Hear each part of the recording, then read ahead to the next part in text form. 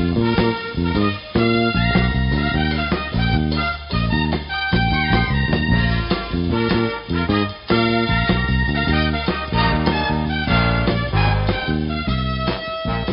morning, Bucknutters. It is Tuesday, May 2nd, 2017. I am Dan Rubin. This is the Bucknuts Morning 5 and Change, coming to you from an overcast May Gem City, as always. Talking to Tuesday's man, Duane Long. Duane, how are you this fine morning? A little chilly. I mean, it's not as warm as it has been. I'm a little bit surprised to see this, and yeah, it's overcast. It's where we are. Got to live with it, Dan. It's got to live with it. Thankfully, we have the Buckeyes to distract us. We all know things have been very good for the Buckeyes, especially in the NFL draft recently. They set some more records with 3 guys, same position, first-round picks. Duane and I were chatting a little bit about this before the show. Several Buckeyes drafted, several Buckeyes signed free agent deals. A lot of success for youngsters in the NFL is based on where they land.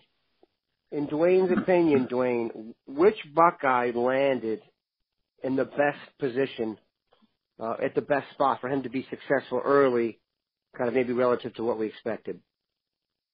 Oh, I would have to say Noah Brown. I mean, you're with a team that is going to be a playoff contender, Super Bowl possible, and you move in behind a guy that can teach you the ropes. He's up in years. He's still got it, but you got a veteran team down there.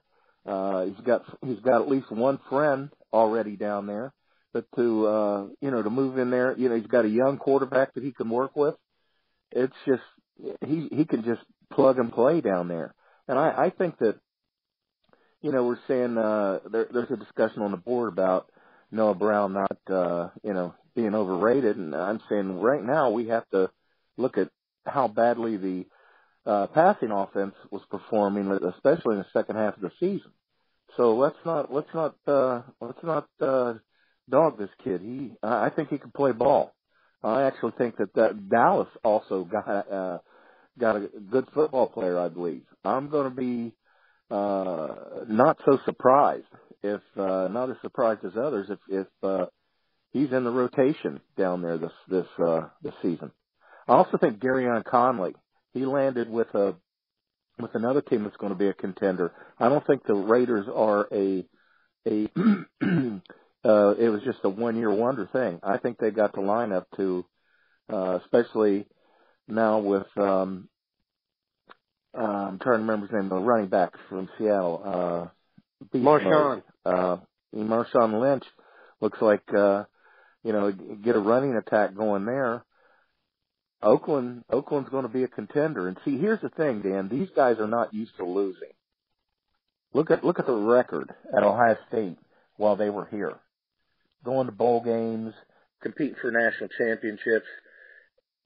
Losing just does something to the soul, especially if you're not used to it. So those guys both landed in really good situations. Duane did not get a bonus for saying Dallas. I will say this. I do know the Dallas situation pretty well. It's very interesting. You're going to have Zeke and Noah Brown down there hanging out with Jordan Lewis and Taco Charlton. Who's going to broker the peace between Jordan Lewis and Michael Thomas? I'm sure that'll happen at some point. But Noah Brown's essentially competing for the Cowboys' third receiver is a slot receiver, so he's not competing with him. That's Cole Beasley. The fourth receiver in the rotation is Bryce Butler, who is a bigger guy who he signed a one-year extension but is not anything like a lock. So if Brown comes in there and blows up, he's got a chance. And like you said, I do think this is going to be really interesting because he came out of a situation where his role was suspect and getting him the ball was difficult. He's going to get the chance to get the ball here. The quarterback has time. He's not going to be the number one, the guy they focus on. So if he goes down to Dallas and doesn't make plays, I think it would lend credence to those who were down on Brown. But I actually think he's going to do well. So I'm obviously hopeful.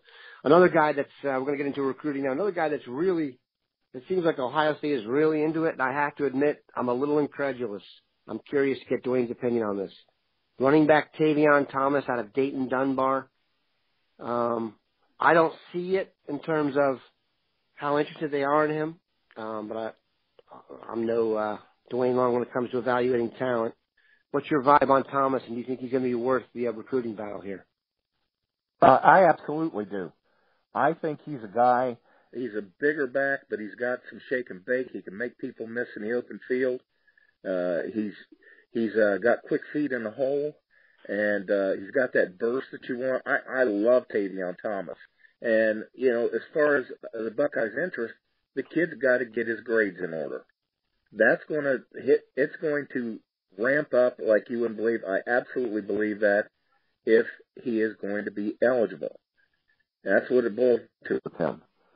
And, you know, I'm just not getting the right vibe on Zamir White. I think the kid wants to come. I think his mother is very much trying to keep him close to home, and usually mom's going to win those battles.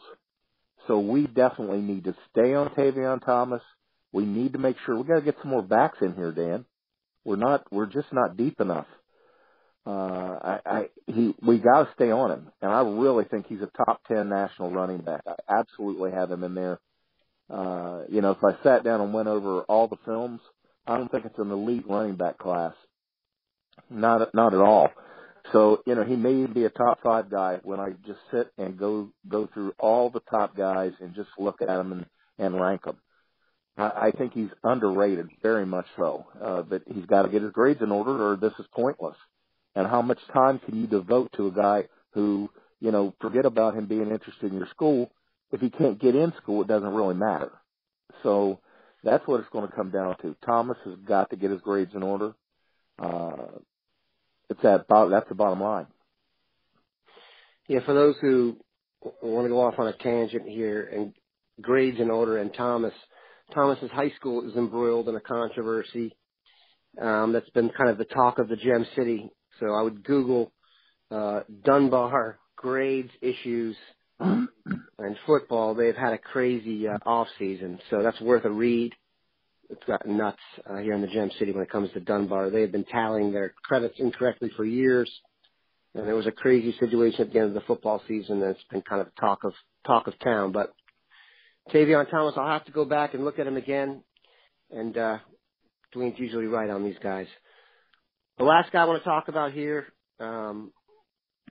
he's done a really good job in his recruitment, I would say, of keeping things at least apparently clean among his 4 finalists. And that's Jeremy Ruckert, the tight end out of New York. Alex had a chance to talk to him recently this weekend. What's your vibe? It sounds like he's down to Notre Dame, Michigan, Wisconsin, and Ohio State, kind of the Midwest prize.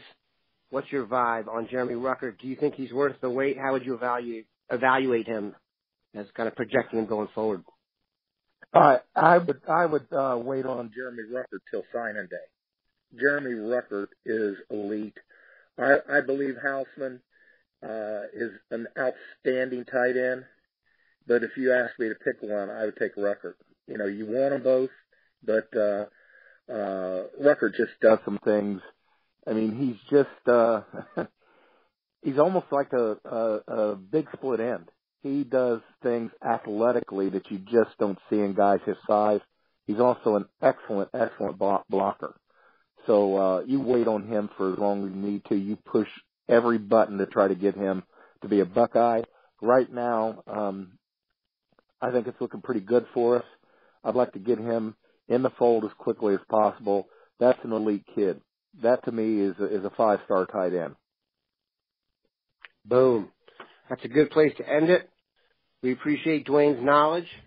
Keep it locked into Bucknuts all day, Bucknutters. Have a good one.